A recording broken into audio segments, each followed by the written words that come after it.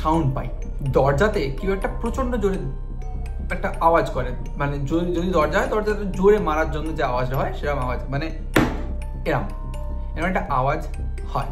মনে হলো যে খুব জোরে, প্রচন্ড জোরে ঘরের দরজাটাতে কেউ একটা ধাক্কা মারলো আর চাবিটা পড়ে গেল। কাঠের আলমারির ভেতর থেকে কেউ একটা তাদেরকে ডাকলো, মানে নক করলো। ওদের তো পুরো সেন্সেস আউট। বাড়িতে একটা খরগোশ ছিল, বাচ্চা খরগোশ।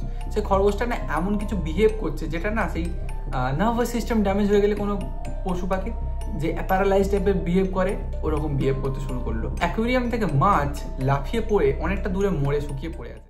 ভৌতিক ঘটনার আরো একটি নতুন পর্বে তোমাদেরকে স্বাগত জানাচ্ছি। আজকে এই ভিডিওতে আমি যে ঘটনাটা তোমাদের সাথে শেয়ার করতে চলেছি সেটা কারোর থেকে শোনা নয়, কারোর থেকে নেওয়া নয়। সেই ঘটনাটা আমার সামনে ঘটা শুরু হয়েছিল।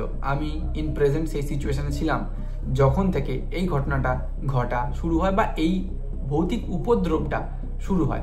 তাই হয়তো এই ঘটনাটাকে আমি যেভাবে তোমাদেরকে এক্সপ্লেন করতে পারবো ডিপলি, কোনোদিনও এত ভালো এক্সপ্লেনেশন কোনো ঘটনাতে দিতে পারিনি। তো তাই আমি তোমাদেরকে বলবো যে একটু সময় নিয়ে পুরো ঘটনাটা শোনো। কাঁটা দেবে হাতে পায়ে, যেখানে বলবে সেখানে কাঁটা দেবে, এমন একটা হাড় হিম করা ঘটনা আজকে তোমাদের সামনে তুলে ধরবো। এই ঘটনার শেষে এটার একটা কনক্লুশন হবে, মানে আমি এটা কনক্লুশন দেখতে পেয়েছি যে কনক্লুশন হয়েছে এখানে গিয়ে জিনিসটা ইতি হয়েছে, এখান থেকে শুরু এই ঘটনা এবং তার সাথে ইতি, যেটা সচরাচর কোনো ভৌতিক ঘটনা হয় না, এটা কন্টিনিউয়াস থাকে ভৌতিক ঘটনার ক্ষেত্রে। তো সময় নষ্ট না করে ঘটনায় ঢোকা যাক। ঘটনাটা হয়েছে এই কিছুদিন আগেই, মার্চ মাসে। তখন হালকা ঠান্ডাটা কেটে গেছে, মানে সামান্যতম ঠান্ডা ছিল, এবং সেই ঘটনাটি ঘটে আমার এক দাদার বাড়িতে। তো সেই দাদার ছিল হচ্ছে বিয়ে। তো বিয়ে থেকে বৌভাত অবধি আমরা ওই সময় দাদার বাড়িতেই ছিলাম এবং ঘটনাটা শুরু হয় দাদার বাড়িতে। তো ঘটনাটা যেদিন শুরু হয় সেদিন ছিল দাদার বৌভাত। তো 3 দিন ও মানে দাদার বাড়িতে থাকার পরে কোনো রকম সমস্যা কিন্তু ছিল না। 3 দিনের পরের দিন বৌভাত, মানে মাঝখানে আমাদের বাংলা রিচুয়াল মানে যদি হয় বিয়ে, তারপরের দিন কালরাত্রি থাকে, তারপরের দিন বৌভাত হয়। তো দাদার ক্ষেত্রে সেটা হয়নি, বৌভাত মানে রিসেপশনটা একদিন পরে হয়েছিল। তো সব রিচুয়াল শেষ হয়ে যাওয়ার পরে 4th ডেতে এই বৌভাতের অনুষ্ঠানটা হয়। তো সেই দিন রাত থেকে এই ঘটনাটা শুরু হয়। তো তোমাদেরকে যদি একটু ব্রিফলি এক্সপ্লেন করে দিই, ওই দিন রাত 12:30টার পর থেকে লোকজনের যে ভিড়টা ছিল, বৌভাতের ভিড়টা, সেটা কমে যায়। প্রায় 1টা তখন আমরা কি করি, যে হলটাতে বৌভাতের অনুষ্ঠানটা হচ্ছিল সেখান থেকে যে তত্ত্বের জিনিসপত্র হয় না, মানে মেয়ের বাড়ি থেকে যে তত্ত্বগুলো আসে বৌভাতের দিন, সেই তত্ত্বের জিনিসপত্রগুলো আমরা শিফট করছিলাম দাদার বাড়িতে রাতে। তো সেই দিন রাত্রিবেলা আমি নিজে হাতে একটা কাতলা মাছ, বড় কাতলা মাছ যেরকম হয় বিয়ের তত্ত্বে থাকে, তো সেই মাছটাকে ফাঁকা রাস্তা দিয়ে ডাইরেক্টলি বাড়িতে এনে দাদা স্টোর রুমেতে ঢুকিয়ে রাখি। নিয়ম আছে যে রাত্রিবেলা মাছ আনলে ওটাতে কি সব আগুন টাগুন ঠেকাতে হয়, ঝাঁটা ঠেকাতে হয়, সব নিয়ম থাকে, অনেকের নানান ধরনের নিয়ম মানে। তো কোনো নিয়ম মানা হয়নি, আমি নিজে হাতে এই ঝামেলাটাকে পাকিয়েছি। আমি নিয়ে এসেছি মাছটাকে, এনে ওখানে রেখে দিয়েছি। তো সেই দিন রাত থেকে শুরু হয় মেন ঘটনা। তো সবার অ্যাজাম্পশন এখানেই দাঁড়িয়েছিল ফাইনালি যে ওই মাছটা থেকেই ঝামেলাটা শুরু হয়েছে। তো ফার্দার তোমাদেরকে বললে তোমরা জিনিসটা আরো ভালোভাবে বুঝতে পারবে যে কি হয়েছিল।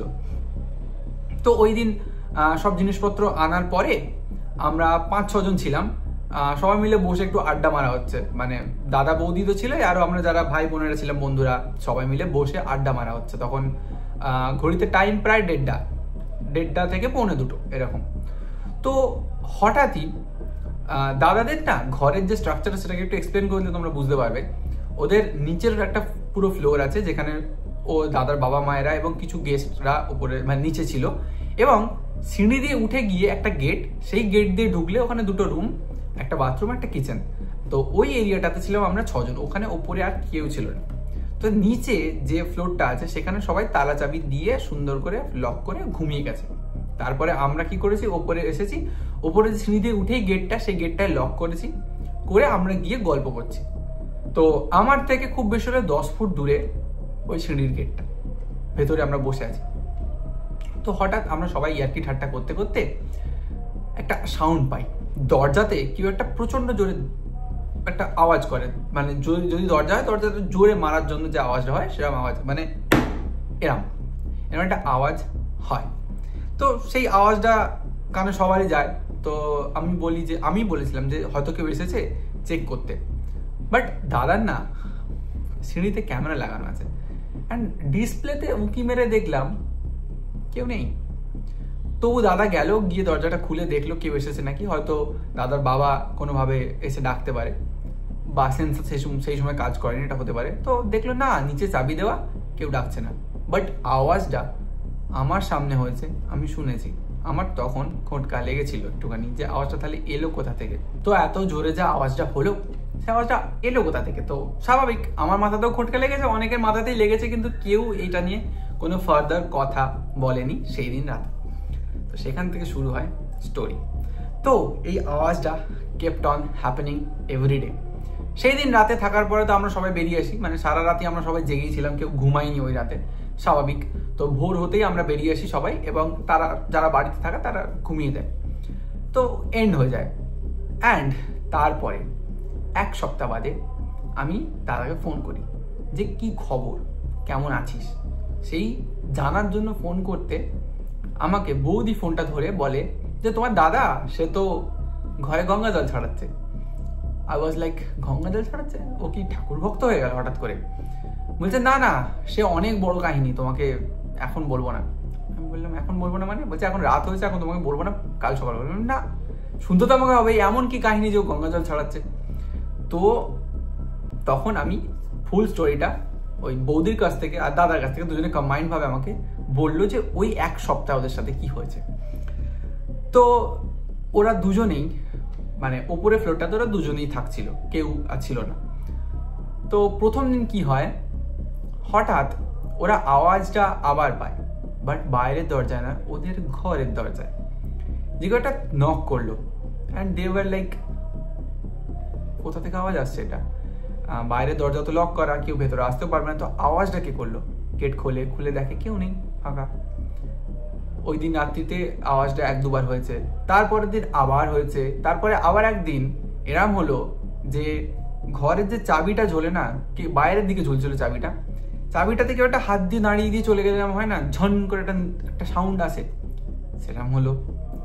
তো ওদের তো সাসপিসিয়াস লাগছে যে জিনিসটা কি হচ্ছে রে বাবা, এরম কেন হচ্ছে? ঠিক আছে, এরম কন্টিনিউয়াস হচ্ছে।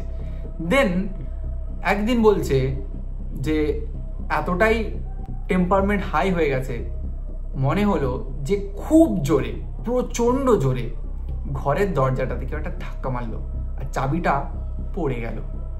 চাবিটার যে গ্যাপটা ঢোকানো থাকে সেখান থেকে পড়ে গেল, ছন করে একটা আওয়াজ হলো।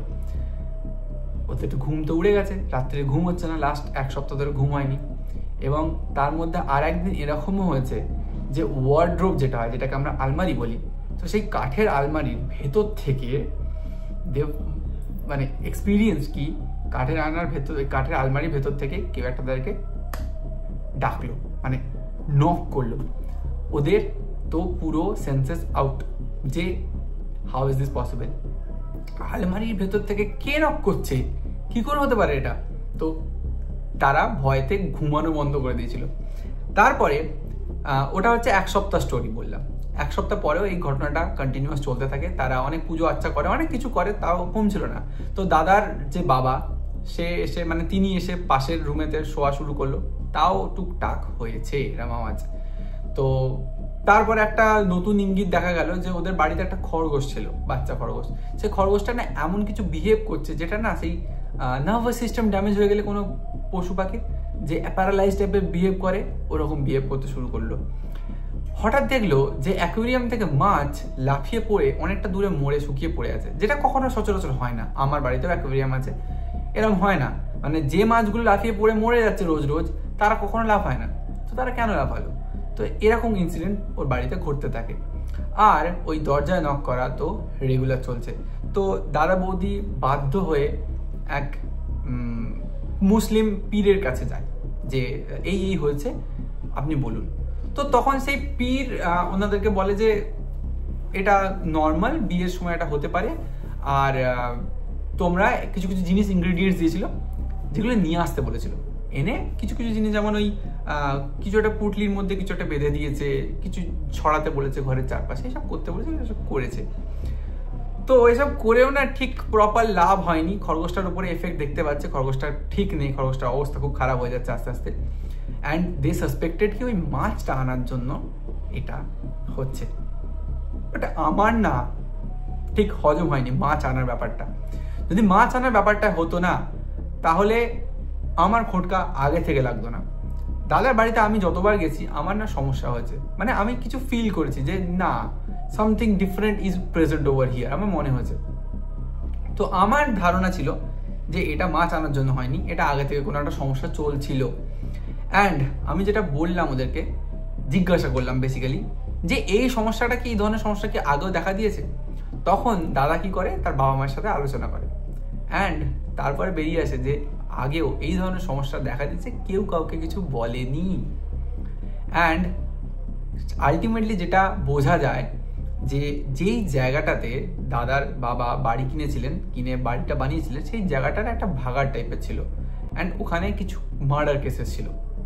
অ্যান্ড সে বেসিক্যালি যেটা আউটপুট বেরিয়ে এসেছে না, কনক্লুশন বেরিয়ে এসেছে যে যেই ব্যক্তিটি ওইখানে ছিলেন আর কি, উনি চান না যে ওদের ফ্যামিলিটা এক্সিস্ট করুক।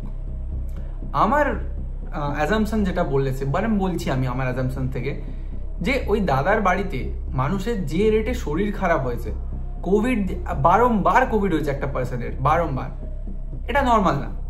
আমি দেখতে পেতাম যে ফোন করলেই দাদা বলতো এর শরীর খারাপ হয়েছে, ওর শরীর খারাপ হয়েছে, মায়ের শরীর খারাপ, বাবার শরীর খারাপ, বাবাকে হসপিটালাইজ করতে হয়েছে, আমার শরীর খারাপের কোনো লিমিট ছিল না বাড়িতে। তো আমার সন্দেহ তো হতোই। তো আমি যেটা বুঝেছিলাম যে কোনো ব্যক্তি বা কেউ ছিল যে চাইতো না যে ওই বাড়িতে কেউ বেঁচে থাকুক, ওই বাড়িটা ফাঁকা চাইতো বেসিক্যালি। আর যখন একটা বাইরের ব্যক্তি ওই বাড়িতে নতুন এসে উঠলো এবং সে ওই বাড়ির বউ, যার থ্রুতে এই জেনারেশন, ওনাদের বাড়ির যে পরের পিঢ়ি সেটা আসতে পারে, নেক্সট জেনারেশন আসতে পারে, তখন ওই যে ব্যক্তিটি ছিল তিনি মাথা ঝাড়া দিয়ে উঠলেন। ওনার মনে হলো যে না, সমস্যা হতে পারে। তো বৌদিকে ওই বাড়ি থেকে তাড়ানোর জন্য পুরোপুরি এখান থেকে বেরিয়ে যাও, আমি তোমায় দেখতে চাই না এখানে, এই যে মোটিভটা ছিল সেই ব্যক্তির, সেই জন্য এত ঝামেলা। বৌদি যেন দিনের পর দিন, রাতের পর রাত ঘুমাতে না পারে, না ঘুমাতে পারে, বাধ্য হয়ে এই বাড়ি ছেড়ে বাপের বাড়ি চলে যায়, এটাই তার প্রাইম টার্গেট ছিল। কিন্তু এই যে পীর বা যেখান থেকে ওনারা কিছু রেমেডিজ নিয়ে এসেছিল সেটা কিছুটা কাজ করে। তো দ্যাট ব্যক্তি যিনি ছিলেন উনি একটা প্রাণ নিয়ে চলে যান, মানে ওনার এক্সিস্টেন্স আর নেই আপাতত। খরগোশটা মারা যায়, যেদিন থেকে খরগোশটা মারা যায় সেদিন থেকে আর কোনো রকম সমস্যা কিন্তু দেখা দেয়নি। তারপরে খরগোশটা মারা যাওয়ার পরে আমি জানতাম না খরগোশটা মারা গেছে। তো আমি গিয়েছিলাম, গিয়ে এক রাত থেকেছি ওখানে। তো সেদিনকে আমি গিয়ে জানতে পারলাম খরগোশটা মারা গেছে। অ্যান্ড তারপরে উই ডিডন্ট ফেল্ট এনিথিং। আমরা ছাদে গেছি, আমরা দালানে বসেছি, কোথাও কোনো রকম সমস্যা আমরা কিন্তু দেখতে পাইনি। তো ওই রাতটা আমি কিন্তু মানে একদম অ্যালার্ট ছিলাম যে any kind of noise, any kind of sound, ছোট্ট একটা খুটখাট, মানে আমি ওটার পিছনে ছুটবো, আমি ভেবে গিয়েছিলাম। বাট নাথিং হ্যাপেন্ড, কিচ্ছু হয়নি, পুরো ক্লিন ছিল। অ্যান্ড আমরা বুঝতে পারলাম যে একটা প্রাণ নিয়ে জিনিসটা সাইড হয়ে গেছে, বা জিনিসটা আর অ্যাক্টিভ নেই, ইনঅ্যাক্টিভ হয়ে গেছে। তো এই হচ্ছে ঘটনা। মানে আমার ভাবলে না গায়ে কাঁটা দিচ্ছে যে এরকমও ঘটনা ঘটতে পারে। তো দ্যাটস ইট, এইটাই ছিল আজকের এই গল্প বা আজকের এই ঘটনা। তো এই ঘটনাটা আমার সামনে ঘটা, এটা নিয়ে কোনো কোয়েশ্চেন্স আমার নেই, পুরো ভ্যালিড, রিজিড, একদম পারফেক্ট অ্যাকচুয়াল ঘটনা, সত্যি ঘটনা। তো তোমাদের ঘটনাটা কেমন লাগলো বলো। এইরকম ঘটনা যদি তোমাদের সাথে কখনো ঘটে থাকে তাহলে আমাকে জানিও কমেন্ট বক্সে যে আমাদের সাথে এরকম ঘটনা ঘটেছে। তো দ্যাটস ইট ফর টুডে। তোমাদের যদি চ্যানেলের কাজ ভালো লাগে তাহলে অবশ্যই চ্যানেলটাকে সাবস্ক্রাইব করে রাখবে, আর যদি এরকম কাজ আরও চাও তো কমেন্টে জানাবে। ভিডিওটা ভালো লাগলে লাইক করে দেবে, যদি কাউকে দেখানো তাকে শেয়ার করে দিও। অ্যান্ড আর কিছু তো বলার নেই, নতুন ভিডিও নতুন দিনে আসতে চলেছে, এরপরে অনেক ভিডিওস আসবে। চলো বাই, পরে ভিডিওতে আবার দেখা হচ্ছে।